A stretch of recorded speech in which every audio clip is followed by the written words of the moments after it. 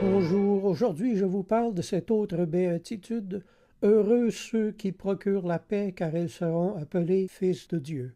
La paix est bonne au cœur de l'homme, et la sérénité est une pierre d'assise pour posséder une vie paisible et heureuse. Beaucoup de foyers sont troublés par ce poison de la querelle.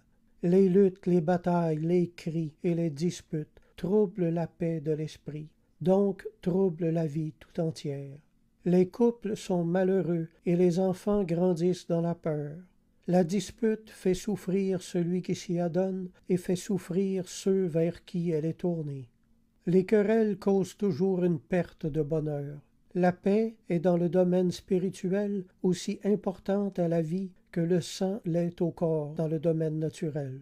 Celui donc qui pèche contre la paix cause lui-même une hémorragie à son bonheur.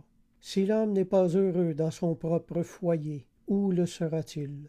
À nulle part, car le foyer est le lieu de bourgeonnement et de fleurissement de toute la vie. L'homme ne sera heureux que dans la mesure où il rendra sa femme heureuse, et vice-versa.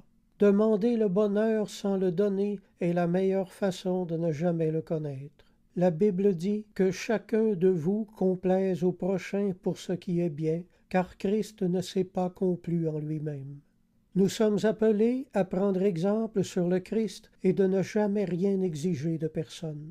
Si les conjoints s'étudiaient à changer pour plaire à l'autre, au lieu d'essayer de changer l'autre pour se plaire, il s'établirait bientôt une belle atmosphère et un réel bonheur dans ce foyer.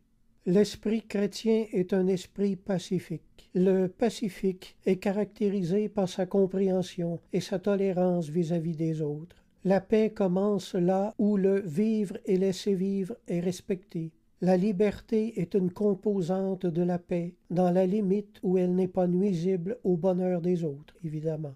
Ne déchirez plus votre foyer avec des querelles, et vous n'en serez plus déchirés vous-même. Il faut que quelqu'un prenne l'initiative de briser ce cercle vicieux de la querelle qui en attire une autre. Dieu est un Dieu de paix, et il appelle tous ses fils à être des enfants de paix. Faites-en un trait caractéristique de votre caractère. La Bible dit que votre douceur soit connue de tous les hommes.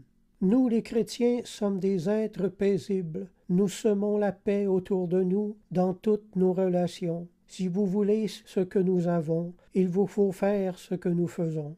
Et la première chose que nous avons fait pour vivre de cette belle paix, c'est d'avoir fait entrer en nous l'esprit de la paix, qui est l'esprit de Jésus, le prince de la paix.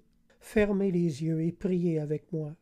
Mon Dieu, je te confesse toutes mes transgressions, principalement celles où j'ai de mes paroles brisé le bonheur des autres, de ceux que j'aime, par mes cris, mes revendications, mes éclats de voix et mes reproches sans fin. Je t'ai déshonoré, et je ne mérite pas d'être appelé ton fils ou ta fille. Je veux aujourd'hui accepter Jésus-Christ comme sauveur personnel et racheter toutes mes mauvaises actions par des bonnes, de façon à ce que le salut entre dans ma maison. Amen. Je vous encourage à vous procurer une Bible et à retourner à l'Église.